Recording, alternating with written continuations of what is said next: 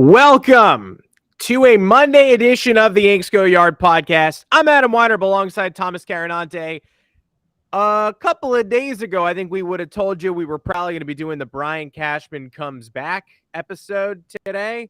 Kind of weird. This is radio silence on Brian Cashman coming back. Where is he? Is he coming back? Are we waiting for the Astros World Series to be over so that we can maybe talk to James Click? The saddest Adam Sandler movie and the best GM in baseball? I don't know. But I do know that we are hearing a little bit of buzz about maybe Cashman getting elevated out of his role. Maybe somebody else taking over as the GM and Cashman being the president of execution of concept management or some other title that they invented to make him think that he's elevated in the I don't know. But I do know the return and the guarantee of his return at this moment. So stay tuned. But plenty of early offseason buzz. Plus, the Houston Astros and Phillies appear to be playing an instant classic World Series, an incredible game one, a perfect game by the umpire in game two. Otherwise, that one was pretty boring, though. And we go back to Philadelphia, tied 1-1. The Phillies don't have to go back to Houston. They could win and then win again and then win a third time, and then they wouldn't have to go back to Houston. But Thomas Carannante, for some reason, the Houston crowd has been terrible through two of these games. They were insane for the Yankee series. They always are. They make that place a house of horrors. And it's mostly been oil billionaires sitting down so far at games 1 and 2. Probably more of the same for games 6 and 7 if they do get played. In the meantime, though, make sure to find us on Apple Podcasts, Google Podcasts, Spotify, wherever it is that you get your podcast. Drop us those 5-star reviews, mailbag. Respond to the reviews, give you your questions, the responses they deserve. Again, shout out to our listeners in the UK who are staying up to ungodly hours watching this World Series. I just learned that Utley lives in the UK. For some reason. People were talking about him throwing out the first pitch tonight. He's like MLB's ambassador to the UK in an effort to expand the game, and he's been living there since earlier in the summer. So he's good a to learn guy. that. He's great. Mr. Utley, if you're listening to the podcast, and Thomas Carannante, welcome to the show. All's been pretty quiet in Yankee land since the Boone extension or non-firing news dropped. Yeah. Happy Halloween, everybody. I am your worst nightmare today. I'm wearing my green fluorescent hat to represent the Yankees accounting department. They will penny pinch their way through this offseason. I will be giving Hal Steinbrenner the worst advice today on how to save every last dollar.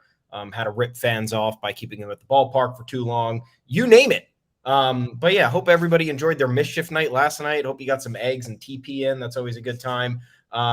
We ran a little scary column this morning, penned by yours truly, about why Judge has 3 reasons to leave the Yankees, and every right to do so, in fact. But we don't need to talk about that on here. You can head on over to yanksgoyard.com. Read that yourself. In terms of the buzz, you're right, Adam. There's been nothing much. I think Yankees fans have gone dormant since the Aaron Boone news, solely because he got the endorsement from the owner, which is probably the best endorsement you're going to get from anybody in the offseason, because even if Cashman endorsed him, there's the possibility of Cashman not being there. And, if there's a new GM coming in, it wouldn't matter that the manager position's up for grabs. So the fact that Hal Steinbrenner called for Boone's return now creates a little bit of confusion because Boone's under contract. So obviously I don't think he was going to say anything off the cuff there to suggest anything extreme would be happening. Even though he did acknowledge, yes, he's our manager. He's under contract. He's a very good manager. We don't anticipate a change. And then you have Cashman, who's a free agent. So now I'm wondering, now we're sitting here, we're wondering what the deal with Cashman is. I don't think it's anything crazy. But in the event he doesn't come back, is Hal going to hire a GM and be like, Aaron Boone, your manager, figure it out? I don't know. I think maybe that's part of the reason Yankee fans went dormant, because the Boone news all but officially signaled Cashman was coming back. And outside of just Anthony Rizzo expecting to opt out, which is everything, that was something we expected since the day he signed that 1-year deal last year. and Kiner Falefa being unsure about his Yankees future, among other very small things, free agents who are leaving that we already know. There hasn't been much. And I'm kind of glad there hasn't been much because I wanted to watch this World Series. I can't attest to the Houston Crown being bad because I watched both these games on mute. Don't ask me So did why. they. So did they. Yeah. I was listening to some music during both of those games, enjoying myself. Although the broadcast is very good, I think I've just been so conditioned to not care about the broadcast because I don't like most NFL broadcasts, and the TBS broadcast for me was awful for the Yankees run to the ALCS. So now I'm putting on my record player and I'm watching the game unfold, and it's been great. But yeah, big problem in Houston. That's a tough split for them to have. I know they rebounded in game 2, but that game 1 was bad. And Yankee fans we're on the Philly bandwagon, folks. I know Philly doesn't really want to welcome New York, but when you're talking trying to take home a championship, I think you'll take any ally at this point. Am I right? How can you not be on the Philly bandwagon? They're like a couple of Yankee fans who like live on the border in Jersey who are close enough to Philly that they have to interact with Philly people in their everyday lives and prefer. I mean, I don't know how you could possibly prefer Houston to like your friend at work being weird. Like I think you just got to accept like your weird sales coworker being like Phillies, huh? Instead of like knowing that Houston gets the satisfaction of another World Series. Yeah. I think you're gonna have to suck that one up. But yeah, the early part of the Yankees, this is probably gonna be mostly a World Series podcast. The Yankees are giving us nothing to work with, but the early, a lot of the Brian Cashman conversation in years past has been like, hey, if the Yankees don't want him, somebody else will scoop him up. And then about a week or so ago, it was like, who else is gonna scoop him up? Who's out there trolling for Brian Cashman, trying to give him his next deal? Elevate him to GM status. Every other team, basically, like the forward-thinking teams, are hiring younger, hiring more analytically driven. Like they know, hiring people they know have the right mix of analytics. Whatever analytics Cashman's relying on have been largely flawed. He thinks that Isaiah Kiner Falefa is a top defensive shortstop in baseball. There's almost no metric that says that. So without a team like the Royals, or like another stuck in the mud franchise that's just like trying to make a legacy hire, who's going to hire Brian Cashman out from under the Yankees' thumb right now? Over the weekend, it started to be, they put the Mets rumor back out, which they love to do every time Brian Cashman's contract is up. I can't remember if it was 2017 or after 2020, just one of the many like Cashman's future conversation off seasons. But people started putting that together. Like, I'm sure Steve Cohen on the other side of town would love Brian Cashman in charge. And it's like, would he? But they did it again this weekend. They were like, with Billy Epler's future uncertain as ever, and potentially he's not the man to drive that bus, would they, after 1 year, keep Epler as GM and hire Cashman as his superior? To that, I say, I don't think they would do that. I don't know why they would do that. Billy Epler built a 101 win team. I don't think Steve Cohen's panicking. He knows he has money to patch up any trouble spots. And additionally, the Mets' dream candidate for that job is David Stearns. Is the dream candidate right now, always has been. There's been a rumor at every possible juncture about him leaving the Brewers to take over the Mets. Every time the Brewers have said it's not going to happen, Mets fans gotten their hopes up for nothing. And then a couple of days ago, David Stearns leaves the Brewers GM job, hands it off to Matt, or leaves the president of baseball ops job. Matt Arnold remains the GM there. Stearns was floated up to advisor to the owner or some other nonsense. Everybody in the game expects him to pursue an alternate line of work soon. And why wouldn't that be with the Mets? If they want to elevate somebody over Billy Epler, why wouldn't they wait for their dream candidate? There's also no pressure to make a move there right now. It's a 101 win team. And every Mets fan will tell you that they went dormant in their first round playoff series, that the offense wasn't as well rounded as it should have been. But I don't think there's a Mets fan out there right now, except for the ultra pessimistic ones who wants to just blow it up. So if they want to elevate somebody, it'll be Stearns, not Cashman. But people were saying in the weekend and into today, the preliminary conversations with Hal about what next season will look like, but hasn't gone beyond preliminary. And the longer we wait, the longer it becomes a possibility they might make a move. And when they wait, it's like, who do you want to elevate? It's Tim Naring, who's the Red Sox infielder from the mid-'90s, who's been a key personnel guy with the Yankees for a long time. I don't know where you stand on that, but I personally would have no issue with elevating Cashman and promoting Naring, even though clean break would be my choice 1A. I would take Cashman being elevated, and Naring is somebody who a lot of people believe in. That would be my choice 1B. And Cashman retaining his job with absolutely no change in reporting or strategizing or no checks and balances on him whatsoever. That would be plan J, K, or L for me. I don't know where you are on that. I don't know where I am.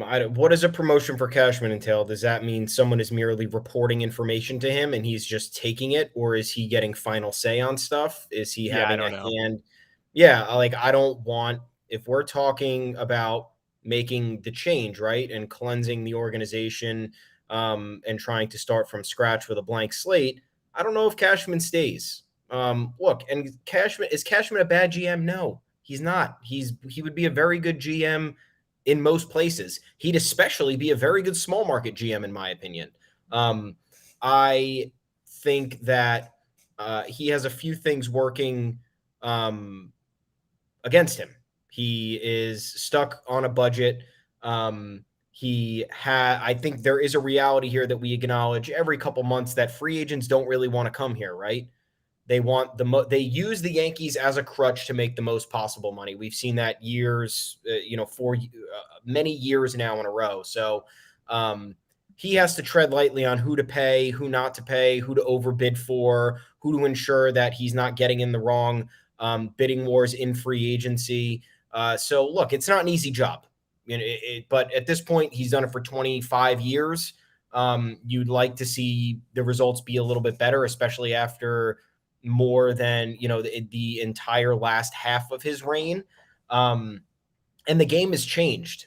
That's the bottom line too. Maybe the game has outgrown Cashman. Maybe the game has outgrown his thinking and is currently not situated properly for the people that he put in place in the analytics department if he's in charge of making those decisions, which I would imagine he is. I would need to know the details on him returning. Like I said, I don't think he's bad at his job. I just think that there are people who could do more with the resources that the Yankees provide. There are people who are more creative, and there are people who might be a little bit more cutthroat. And I think Cashman's job security for this long has not really had him acting like, oh shit, tomorrow might be my last fucking day. Like, got to do something. If there are other GMs in a position where they feel like their job security isn't as stable, maybe they cut Aaron Hicks in July.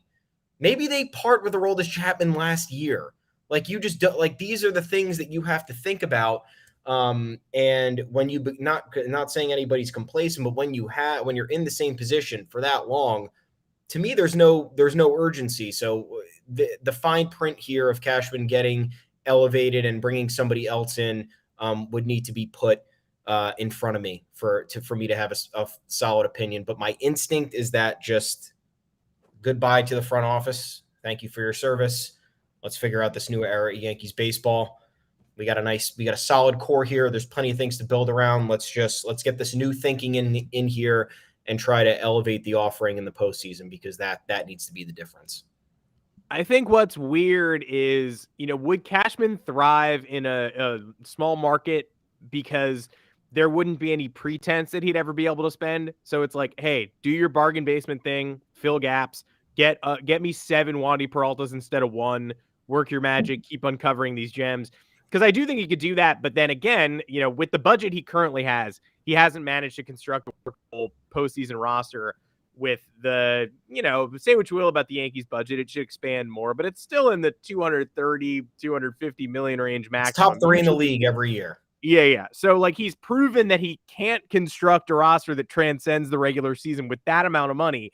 So you wonder if reducing it by $100 million helps him, because it helps him focus. And it says, just do what you're best at. Go find these undiscovered gems. Swap Jordan Montgomery as his price is escalating for Harrison Bader. Don't worry about the big fish. Like, you won't be signing Garrett Cole. You won't be trading for Giancarlo Stanton. You will not be extending Aaron Judge unless you could do it like the Braves or the Rays way below market 3.5 years ago. So just find your pieces. And instead of winning 99, 100, 102 games every year, win 94, get us into the postseason, because in not New York, other fans are excited about a postseason berth. Yeah. You put, the Milwaukee Brewers or the White Sox in the playoffs, those teams are like, yes, yes, yes, let's go. You put the A's in the playoffs, those teams are pumped. You put the Yankees in the postseason, and it's what's next. And same with the Mets. So if you're sending Cashman to the Mets and saying you could have your same payroll plus $35 million to make another big bet on somebody, I don't know if that's the move either. It's funny because the Yankees are the restricted Mets, and every other team wishes they were the Yankees and had the Yankees payroll problem. So we'll see what happens there. I don't know. The fact that we don't have definitive news yet is interesting. Now, in terms of things that I don't enjoy, I mean, we've been doing that for weeks, man. I don't know. You're hearing us right. I mean, I have no interest in the Brian Cashman era continuing, but clearly the franchise does. It'd be interesting if they want to do something else and elevate him and move somebody else to that GM role. That's all I have to say. The one thing, unfortunately, we have heard coordinated from a lot of sources is this nonsense about the fans and Aaron Judge and toxicity in the Yankee fan base. And that's the one of all the storylines that we could be talking about this offseason. That's the one that's persisting. And it's especially infuriating because, look, if you're hearing it from Bob Clappish and you're hearing it from Andy Martino and you're hearing it from everybody else who clearly has Yankee front office sources, but those front office sources dictate that from all of those shills, one after another. Randy Miller, who blocked me a long time ago, but I'm being told his column also included an embarrassing anecdote about Yankee fans. If you're hearing that from those sources that are all putting out the message to the Yankees front office, you're hearing it because they're trying to set you up so that if Aaron Judge leaves, people are going to start blaming the fans and the negative energy surrounding the team and as a reason for his departure. Now, that's ridiculous. I know that's ridiculous. But I also know that it's coming from the Yankees front office directly to its mouthpieces. So while you shouldn't be worried about fans blaming fans for Aaron Judge leaving if he leaves, like nobody's dumb enough to be standing on the 4-train platform after the game being like, this is your fault. We would have won today if we still had Judge, but you blew it. You yelled at him. No, it's your fault. You didn't spend enough at Billy's, dude. You blew your money before the game. You bought the water bottle on the street. You could have bought it in the stadium. It's $8 in the stadium, $1 out of it. You lost $7 from the Steinbrenners. I see you. I see what you're doing. Like, there's going to be no fan infighting about Aaron Judge, but you should be worried because that's the front office's sources telling its mouthpieces to start writing about this, get people prepared for Judge's departure, and try to sow discord in the fan community. And if Aaron Judge leaves, it'll be on the front office. That's it. That's it, and that's all. It means he wants to be a Yankee. He thinks there's unfinished business in New York. Everybody knows it. You ask him any question about free agency and he says, well, we'll see. We're in free agency now. We'll see. You never know. But you ask him if he wants to be a Yankee for life and he says, I've made that very clear. I want to wear the pinstripes. Everybody knows that. Nobody knows what his future holds, but everybody knows what he wants it to. And so if he leaves, it'll be because the Yankees get way outbid or because someone in the front office offends him. It'll have nothing to do with the fans. You wrote about the Anthony Rizzo conversation where after he got his some say fair offer in spring training, where he said, you really think that's what I'm worth to Anthony Rizzo? And it clears some discord. Dissatisfaction was sown at that point in time. It might be a genie that the front office never gets to put back in the bottle after they blew it before the season with the contract extension talks. But if he leaves, it'll be because they can't figure out how to offer him the amount of money he deserves, or they won't offer him the amount of money he deserves, or he's still furious about something the front office did to him in March. None of the things that have to do with his potential departure have anything to do with the fans. But that's the message that the front office is trying to lay out for you right now, which is very upsetting. Yeah, and look, I mean, for as dumb as Yankee fans can be, including us, we're not that dumb. We're not gonna get tied up in that and start arguing with one another about whether or not that's actually a direct result of Aaron Judge potentially leaving. Players know what they're signing. Again, what we talk about with why Cashman's job's a little bit difficult. Players know what they're getting into when they come to New York. It's the most unforgiving media in the entire world. It's the most dialed in, unforgiving fan base in the world because of the historical success and because of just the demographic and the prices attached to everything. It's New York. Everything is 3 steps above. You're spending a lot of money to enjoy a night out to watch your team. You're spending a lot of money to go out to a bar to, just have the camaraderie to watch your team. So yeah, obviously there's going to be an elevated demand for that said person to experience enjoyment and to not, have to see repeated failure. Sports fans know, Yankee fans know that this sports are torture for most people, even for Yankee fans. Like even the dynasty years, you lose the 0-1 World Series. That's absolutely brutal. And then on the back end of it, you choke in the ALCS down 3-0 in 2004. Like that took a lot of the luster off of it. It hurt. Down 2-1 going to Cleveland in 1998. Best team in franchise history is down 2-1 on the road in the ALCS. They bucked up and they won, but sports is never easy. No. And that's the other part of it. It's like, look, we know it's difficult, but it can't be this difficult for the team that's supposed to have the most resources and allure. But yeah, I think we're in a spot now where it's tough because players know the stakes. They don't want to come here if they're not getting paid the maximum amount, which is part of the problem, because they know everything that comes with. They know the fan backlash. They know the nonstop media coverage. They know every single move. Joey Gallo's pants will be covered in an expose in the offseason because of how he didn't fit in. And we have this insider report of him laying out his uniform and that he couldn't do it without there being a wrinkle, or else he wouldn't be able to perform that day. So I'm so glad we got that. That was essential reporting. That was really huge. Absolutely.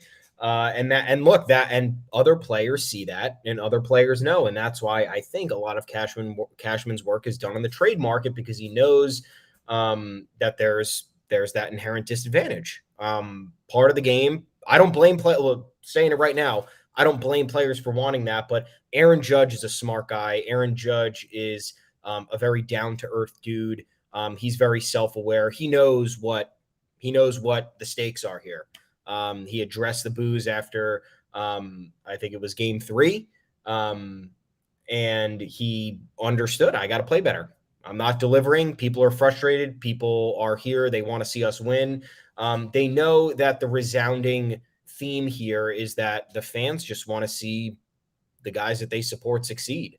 And when you're booing and when you're showing frustration, it's not directed at one. Usually it's not directed at one certain player. It's directed at the overall product. They will boo every single out. They'll boo an error. They'll boo, a bad pitch. It's not concentrated on one certain instance or one certain individual. Most of the, individuals, obviously, you have the IKF stuff, you have the Aaron Hicks stuff, which is a different story. But when you're talking about what they just did in the postseason, historically bad postseason, that was a boo on the collective effort. Again, would we boo at a game our best players? I wouldn't. I know you wouldn't. No. Am I going to hold people accountable for booing? No. It's a reasonable response to what was happening.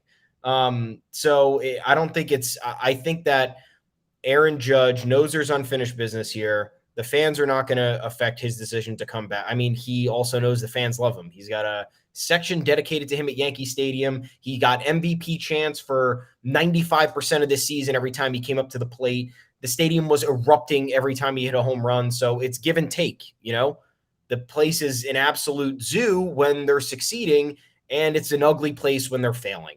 It's really not that much different from elsewhere where you have rabid fan bases who, like we talked about a couple episodes ago, it's like, what's the difference between us holding Brian Cashman accountable and being frustrated versus Royal fans wanting Dayton Moore out of Kansas City? Mm-hmm. It is what it is. It's fandom, it's frustration, it's emotion, it's high intensity. So I don't think that that's going to play a role in Aaron Judge. And I know fans don't think that that's going to play a role, but they know what the optics are going to look like and how slimy kind of the front office can be when they're trying to push their narrative and use certain mouthpieces to get the word out, but not tricking us. There's more content to be created, and we'll be fighting that battle. No, they tricked me. I think it's all your fault if we lose Aaron Judge. Every one of our listeners should be ashamed of themselves. No, it's just an embarrassing start to the offseason. It's a whole bunch of it's pre-excuse making. It's the worst kind of stuff. Yep. And we're coming off an ALCS where it's like everybody talking about the roof, but not enough people focused on Luis Severino saying the team that beat my ass, like they always do, got lucky, which is insane, which is an insane thing to say about the Astros, who always, always, always beat you. And Kyle Higashioka said it too. He's like, hey, look at the expected batting averages. What do you want me to say? I want you to say that you lost and you're going to win game 3. But no, instead I got excuses from everybody. And now I'm getting pre-excuses. I'm getting early offseason buzz indicates some of the Yankees thought the culture was too toxic and they didn't understand why fans were booing Josh Donaldson. Yes, they did. And if they didn't understand why fans were booing Josh Donaldson, then they shouldn't be on the team anymore. They should be like Dave Cone went on towing the slab this week like he always does and had a great that was great interview where he was like, what was the word they used? Like brutal, that the environment was brutal. And he was like, the play was brutal. The play was brutal. The play that I saw was brutal. It's like, yes, David, thank you. Like, that's the broadcaster of the team. He's not going to be booing anybody, but he was like, hey, you want me to believe that you had a tough time? I had a tough time watching what you were doing and what you were being paid to do. That's what Derek Jeter said a couple of months ago. So Yankee fans don't go to the stadium to boo. They boo because they're looking to cheer. Yes. Derek Jeter, when he got booed as an active player, said the same thing. I got to play better. That's what Aaron Judge said. Yep. But somebody anonymously is leaking some nonsense, whether this is real or not. Maybe it's all front office created. I don't know. But if a player is leaking this, it's embarrassing. And if the front office is leaking this to justify non-spending and a non-pursuit of Aaron Judge, it's even more embarrassing. Now let's talk about the roof. The roof, which was closed for Game 1 of the World Series, so that the world's quietest Houstonians could sit down and politely clap for their baseball team, their 106-win behemoth juggernaut, just showing I heard multiple reports of people being told to sit down at this game. Every time they panned the crowd, it was just a bunch of old people. The Philly kid, the little child who was taunting that Astros fan, said that the Astros fan started it on the local news, which I guess is the most active an Astros fan was all game long. So the roof needed to be closed for that game because it was monsoon conditions in downtown Houston. They did show it. It was like, you can't play with the roof open tonight. But Aaron Judge's fly ball in Game 2 of the CS, not the sole reason the Yankees lost the series in which they were swept, right? Can't come on to this show and be like, the Yankees blew the ALCS because the roof was open. Prove me wrong. No, not true, obviously. But that guy at the table. That one, guy at the table saying it's his worst point ever. There's a whole line of people waiting to prove him wrong. He's like, I didn't expect this massive crowd was ready to prove me wrong. But Aaron Judge should have had a go-ahead 2-run homer. The expected batting average was like 980. He hit it at the exit velocity and launch angle that predicates a home run is extremely likely. There were some nonsense figures saying that the wind knocked it down by 90 feet or whatever. That wasn't true, but we've seen home runs. We've seen home runs in Houston. We saw DJ LeMahieu's home run off Roberto Osuna in 2019. That looked like a home run. Then a couple of days later, JT Realmuto hits one less hard with a worse launch angle, little further to right field. It gets pretty significantly out for the game-winning homer in the 10th. What gives here? What gives here? What happened? What just happened? I mean, thanks to the roof, because it gave the Phillies a 1-0 lead on the Astros. Yes. The Astros were able to maintain the split. And we thank Justin Verlander as well for blowing a 5-0 lead. Ben Verlander's post-game analysis was very interesting that night. Probably a bad idea to hire the starting pitcher's brother to give analysis live after the World Series, but it's not my call. I don't work for Fox. Thank God. So Verlander choked, but the Astros do lose that game in large part because of a ball that was hit less hard than the one Aaron Judge hit that didn't get out of the same stadium in the same place a week prior. What say you?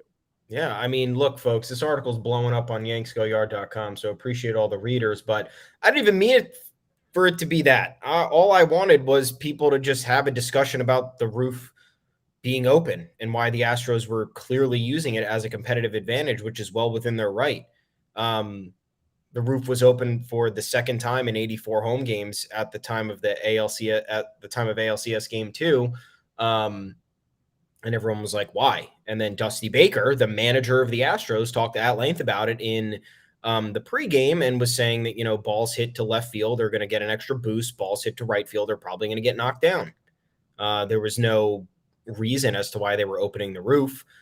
Even Carlos Correa, who was doing the pre and post game analysis, said that he must have played with an open roof in Houston maybe 10 times his entire career there. Oh. So this was very much a rare instance. And people were questioning it, and Astros fans were. One Astros fan told me on Twitter that it's MLB's call. It's absolutely fucking not MLB's call. So some Astros fans don't even know what they're talking about. But you fast forward to Realmuto's home run, which, look, this thing came full circle, and the Astros got bit for having the roof closed, but like you said, they couldn't open it anyway, so it doesn't matter. We're just happy to see them lose, but yeah, when you see Realmuto's hit 98 miles an hour versus Judge's 106 miles an hour, so that's an 8-mile-an-hour difference. Judge had 2 degrees more on his launch angle, which makes a pretty decent difference when it's in that the sweet spot of the launch angle, which I was reading about more because I wanted to ensure that this kind of all made sense. The sweet spot is like 25 to 40. So Judge's was 2 degrees closer to 40, which makes a big difference. The Judge's projected distance with the window open was 345. Realmuto's projected distance with the roof closed was 346. And we did have that tweet from Devin Fink talking about how, that home run should have been 415 feet. I think people took that a little bit out of context, and it was balls hit in that exit velocity range and launch angle range, 106 to 107 miles an hour and 27 to 29 degree launch angle on average traveled 414 feet. So we're not saying Judge's home run absolutely should have been that far, but you could see if that's the average and Judge was 90 feet below the average, or what was it, 70 feet below the average. Yeah. It's evident that the roof played a role, and the roof is allowed to play a role. That's what we were talking about. We were saying they have every right to exercise this competitive advantage, but like people being in denial or just saying Yankee fans were going to, use this as a pre-baked in excuse. I wish Aaron Boone didn't say a word about it. I wish the fans would have been more responsible for having that discourse, because the players should not be making any excuses. We shouldn't be looking at expected batting average. We shouldn't be, Luis Severino looking at exit velocities. That's all niche parts of the game. The main part of the game is winning and delivering in moments where your team needs a boost, and rising to the occasion when there's a high stress, whatever it is. That's the main theme of playoff baseball. And the Astros capitalizing on your opponent's mistakes. Something the Yankees didn't really execute on as much as they could have over the course of the postseason. The Astros literally did it every fucking time a mistake was made by the Yankees. But all it was interesting to see how the roof being open clearly played a role in game 2. And we are allowed to say it played a role. Preface the entire thing saying this is not an excuse. It's just crazy that people were disregarding this the moment the conversation was brought up and claiming it was going to be used as a defense, when in reality it was just like, you're using this to your advantage, so just why don't you acknowledge it? The Yankees go oppo a lot. They have lefty hitters. They have powerful lefty hitter, handful of powerful lefty hitters who can go out to right field. You have a lot of slugging right-handed hitters, and Yordan Alvarez hits the ball so hard that wind is not going to affect his ability to pull the ball. But right-handed hitters going opposite field, that's certainly going to affect their ability to hit the ball out, and that's kind of characterizes a very strong point of the Yankees roster. So prevailing sentiment here is a conversation can and should have been had. Astros fans just immediately went to defense, went into denial because they didn't want they wanted this to all be pinned on the Yankees for sucking, which they got their wish. The Yankees did suck for 4 games and 1 swing of the bat from Aaron Judge. Look, you can even look back to 2019. They won game 1 in Houston. If they win game 2 in Houston this year, does it really make that big of a difference? They came back to the Bronx in 2019 and lost 2 straight games at home. So it's like no one's making an excuse. It's just like, why don't you just admit you open the fucking roof for a competitive advantage? Why don't you just do that? It makes everybody's lives easier, because then we could talk about how we suck. We could talk about how you're a bunch of babies, and then we all get over it. It's easier that way. The funniest thing was them using the short porch argument, being like, everybody gets the same wind, though, so I don't know why you're crying. It's like, yeah, everybody gets the same wind, but only one of the teams had the potential game-winning home run taken away by the wind. So it's a facto. Like, if we had both had balls knocked down by the wind, it'd be like, yep, oops, happened to both of us. Yep. Unfortunately, it only happened to one of us. So you had your boilerplate responses ready, but it just wasn't accurate based on the game that was played. And the short porch, yeah, everybody does get to use that. You can use that. You can do whatever you want with it. But the wind, it's much harder to say, like, I'm going to use the wind. Or like, I know the wind is going to affect my ball, so I think I'll hit it to a completely different area of the stadium. No one can use the wind. And it just happened to, could have knocked down a huge homer for the Astros. It didn't. It knocked down a huge homer for the Yankees. And they get penalized by JT Realmuto a couple days later. The roof wasn't the only way in which the Astros have cheated so far in this World Series. Nope. In game one, there were not one, but two instances of Houston Astros cheating. I would love to know personally if there was a single, let's play a mind game, an imagining game. When's the last time you've played a nice imagining game? When I was 6. Imagine this being said during a World Series broadcast about any other team besides the Astros, and the result just sort of being like, we just said that on air, and we're just going to leave it there. So they, in the middle of game 2, you had Tom Verducci saying in the cute little story spot, which is usually reserved for cute little stories. Yeah. And they're typically like, hey, guys, while you're talking about Chas McCormick, he's actually a Pennsylvania native and a lifelong Phillies fan. He was in the stands for the 2008 World Series, and he still keeps his rally towel with him in his locker today to remember that game. Back to the booth. And it's like, oh, that's cute. He's he's a fan as a kid now. He's in the World Series with the Astros. That's nice. In game 2, it was, hey, Tom Verducci here. I just want to cut in while we're talking about Martin Maldonado. In game 1, he was using a bat that was illegal. He used it the whole game and got one really important hit. Now, he's been told he's not allowed to use it anymore.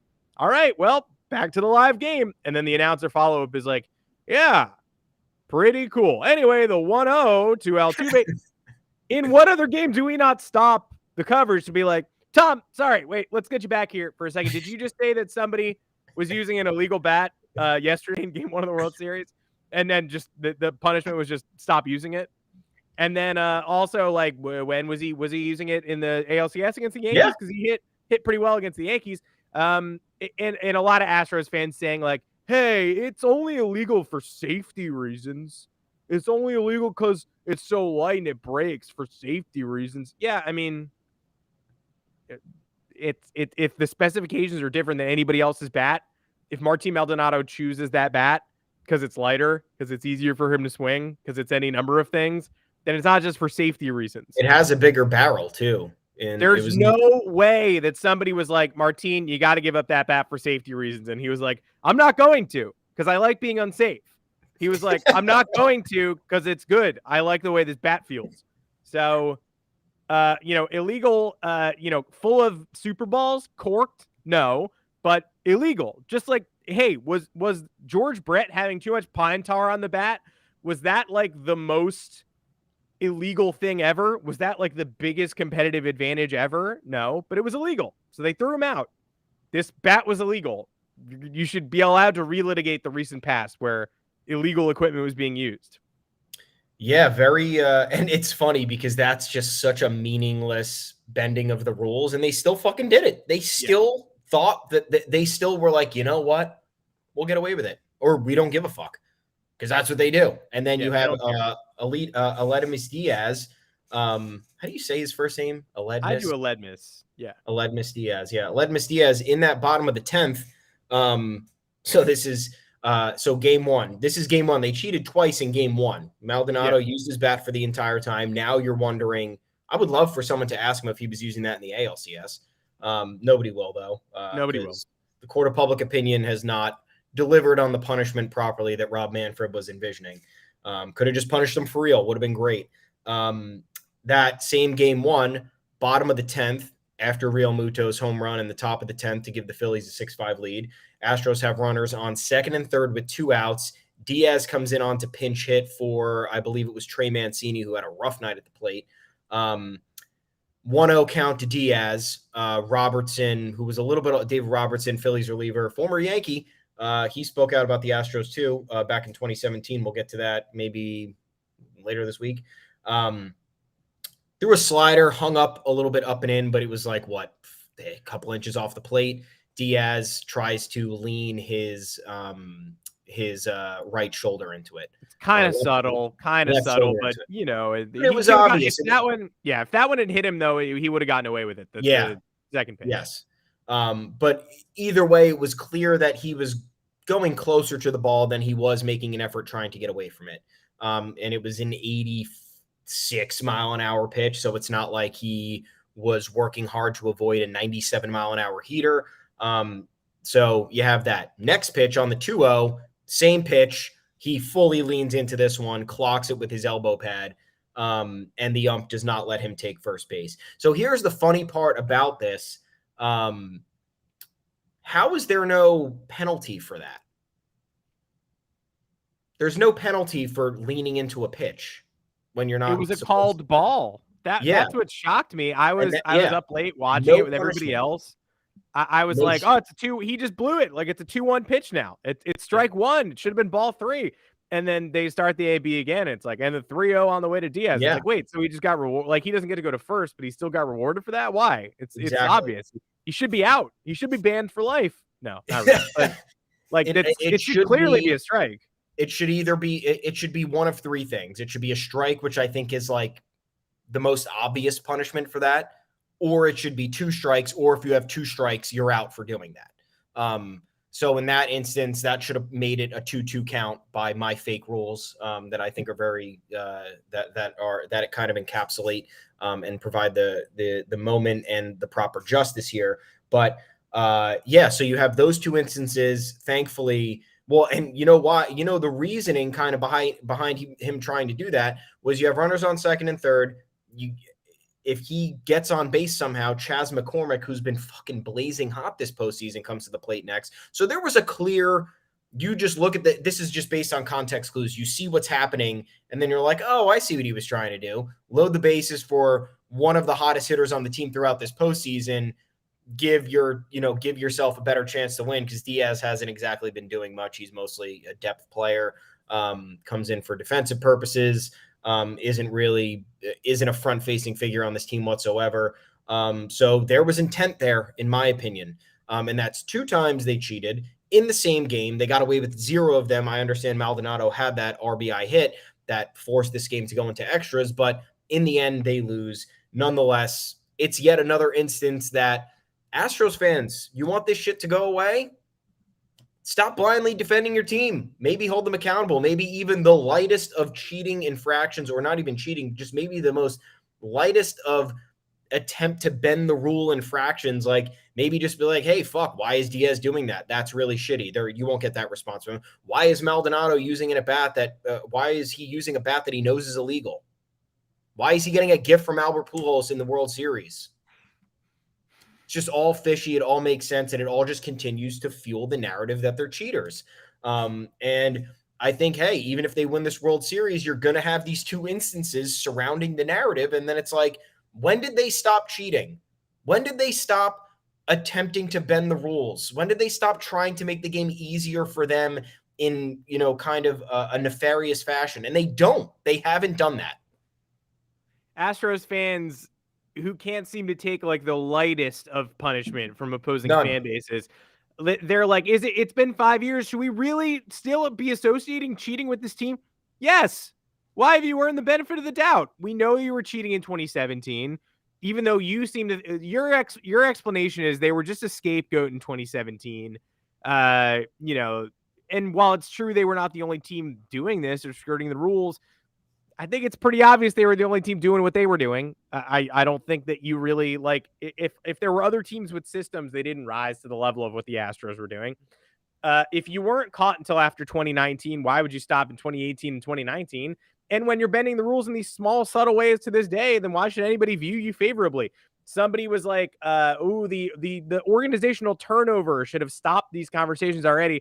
Same owner, Jim Crane, is a scumbag. There is a report from his an MLB owner that at his place of business, he was discriminating against African-American hires because you, quote, can't find, like, that's the kind of person he is. He's tried to skirt the rules. He's tried to skirt the rules every time he's been given a chance to. And he was just overseeing an operation that skirted the rules again a couple of days ago. I'm so fucking glad we got Asuna. That was 2019. that guy was fired, but the rot goes deeper into the organization. So again, I can't possibly root for this team. And if you want a reprieve from people calling you cheaters, I'm not going to give it to you. Like, you win 105 games every year. You're in the World Series every year. When I was a kid, the Yankees won a lot of games and won the World Series every year. And I deal with people saying I bought championships and George Steinbrenner's a scumbag and I have no idea how to win titles without spending money. And nobody liked the Yankees. And it was unfortunate. I was a child and I would go to school and go, I wish people liked my team, but they didn't. And I won titles and I got to go, well, at least I won titles.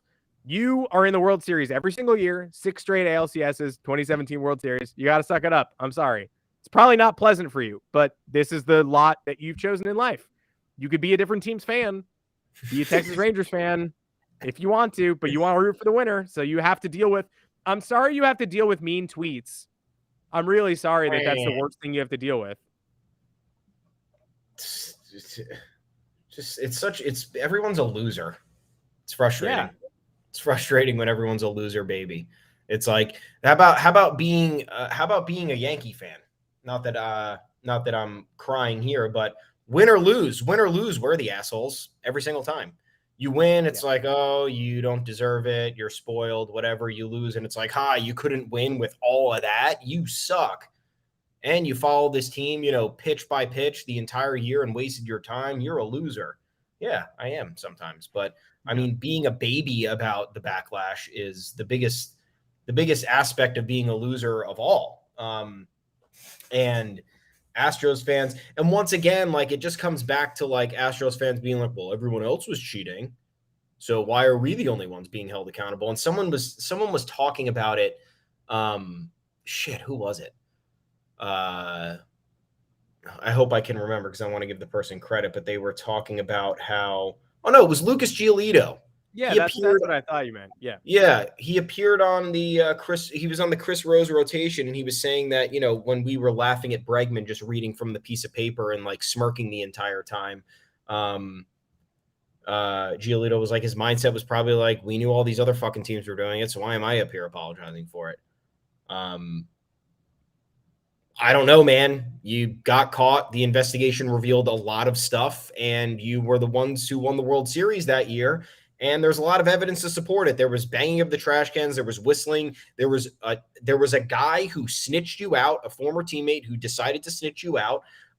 There was evidence of you not swinging at 30 straight curveballs from Clayton Kershaw in Game 2 of the World Series or Game 3 of the World Series. That's one of my favorites. That's one of my favorites because Tom didn't miss at a single curveball, and they swung and missed at one. And I saw at weekend being like, Verducci, why don't you recant your report where you said it wasn't one swing and miss? It was one. Like when Patriots fans during Deflategate were like, Chris Mortensen die for saying that the balls were too deflated or whatever. It was the same thing with Verducci, but they were just trying to get him to recant the fact that he said it was 0 swings and misses and it was in fact 1. Like, yeah, thanks for fighting the good fight, Astros fans. Yeah, it just comes down to they had a wide-ranging operation, apparently. There was a lot of, maybe if you do deep dives on other teams, you'll find this information, but for someone like John Boy to be able to deduce all of this, find these rare instances where you were able to pair the audio with the actual, the criminal act, the illegal act here, is you were blatantly doing it. You were doing it in plain sight. You were being very disrespectful about it. You were being, very brash about it all. And you were called out by multiple teams throughout the season. That was no secret. All the division opponents had complained about them. Were the Yankees cheating? Maybe, but didn't really hear outside of the Apple Watch scandal of 2019. There really wasn't anything that went public about even the Red Sox, the Red Sox stuff. I know they got dinged for a few things, but it wasn't even close to what was revealed about the Astros. And there wasn't nearly as much flack from opposing players or teams or managers and whatnot that the Astros got. And that's just the fact of the matter. That's just what happened. There was no crusade to just put the Astros in the middle of the crosshairs here and let every other team off the hook. there was an evident, there were different levels of cheating, right? There might have been, 4 tiers, and the Astros were above the highest tier by far, and everybody else was 2 tiers below. Doesn't make it right. I'm still down for teams who did, commit any infractions to be disciplined, but for the Astros to act like, who are we to get in trouble for this, or this isn't fair that we're the only ones standing up there. It's like, dude, you got in trouble for it. Deal with it. Be done with it, and we can all move on, instead of giving us more content to create about, you kind of being a child about it, like being reluctant to apologize because nobody deserves your apology. Or, trying to defend Jose Altuve because him and Josh Reddick assured everybody they didn't want the garbage can notification. So, lay off those guys. Everybody else, don't get mad at AJ Hinch. He destroyed a TV that we were using to try and relay the signs. It's not fair to him. No, it is fair. It's fair to everybody. You were involved. It all happened under your watch. You got caught, and that was the end of the story. And that's why, I understand some aspects of it, but in the end, it's like, now there's this blind defense over every single thing, and it just gets exhausting. It's like your team did something bad. It was very evident and objective how bad it was, and why can't we acknowledge that? Yeah, it was 5 years ago. Where's my forgiveness? Like, I only found out about it 2.5 years ago. I didn't know about it 5 years ago. Yeah. It hasn't been 5 years for me. It's been 5 years for Alex Bregman. It hasn't been 5 years for me. I've moved on. I don't think about it every second of every day, but I don't forgive you. I still hate you. I hope the Phillies win the World Series. And Alex Bregman himself, as John Boy is selling the Astros AL champ shirt, and he's saying, like, no, buy from somebody else. Don't buy from a conspiracy theorist. Again, Astros fans love to try to get the benefit of the doubt on the Altuve buzzer thing. Sources throughout the league were saying they suspected the Astros of using buzzers, and Altuve won't show anybody his chest after the game. So, like, I'm gonna think that's weird. I'm not getting on a pedestal and being like, they used buzzers and I could prove it. I don't know what they did. All I know is that was weird. I heard 3 different excuses for it. I heard he's shy, his wife doesn't want him to strip anymore, and he has a bad tattoo. That's a spiral. You're spiraling if you're saying those 3 things at the same time. So, do I know the Astros used buzzers in 2019? Absolutely not. Am I fabricating this accusation out of thin air? Absolutely not. And I'm not even accusing them. I'm just saying, people are saying, how could you believe John Boy, the conspiracy theorist? How could you buy in? I bought in because they never explained it, and Altuve did the craziest thing I've ever seen. So I'm not going to forgive you for that either. I'm not going to spread it, but, like, can we just forget? Can we forget the stuff everybody knows happened? Can we stop theorizing? No, we can't. We won't. No one will. And then you do shit like this during the World Series, and then it leaves more theorizing to be done. You're leaning in front of pitches. That's clearly an illegal thing to do. Again, I don't know why there's no clarity on the punishment there, but not right. Use an illegal bat. It's against the rules. Doesn't matter the severity of the infraction. You clearly just were fine with disobeying the rules. Yeah, that's it. That's it. We'll see you in Philadelphia for the remainder of this series. Hopefully games 3, 4, and 5 go out without a weather hitch. We're waiting on the update for tonight, and we'll have that for you in a little bit. But the Phillies have a golden opportunity to deal the Astros another harsh blow, a team that lost the World Series to an NL East team in 2019 and in 2021, and is facing a third straight NL East team in 2022. And what do you know? It's a series. That's it for this episode. Hopefully the next time we see you, we have Yankees news, Yankees buzz, and a new world champion in the good direction, in the red October direction. But we'll know more about that when we see you on Thursday. Until then, you can find us on Apple Podcasts, Google Podcasts, Spotify, wherever you get your podcast. Drop us those 5-star reviews. Drop us those mailbag questions. Thank you to England and Chase Utley and all those folks overseas in the UK for supporting the podcast as well. Happy Halloween, everybody. I am dressed as a Yankee fan contemplating the future under Brian Cashman. Thomas is dressed as the accounting department. Both of us are the spookiest possible vision you'll ever see. And you can find me on Twitter at Adam Weinrib, Thomas Carannante. At Tommy's_takes. Also, you can find both of us on the official Yanks Go Yard Twitter account at Yanks Go Yard FS. head on over to yanksgoyard.com. Plenty of off-season content there, World Series adjacent content there. We're having a good time. You guys are reading. We appreciate it. Continue on with the comments, Twitter discourse. However you want to get involved, do it. Just make sure you're not being a jerk to anybody, because we're not going to condone that. Not on Halloween. Not when everyone's trying to have a good time and eat candy on Halloween. Until then, folks, we'll see you next on Thursday. Might go a little bit earlier that day for fun, because we're all about changing and adapting. But enjoy the rest of your week. Hopefully we get 3 World Series games before then, and we could be talking about a potential result here. Would be great. The good result that we want. We'll tell you more about it on Thursday, though. James Click to the Yankees. Many people are saying we'll see you on Thursday.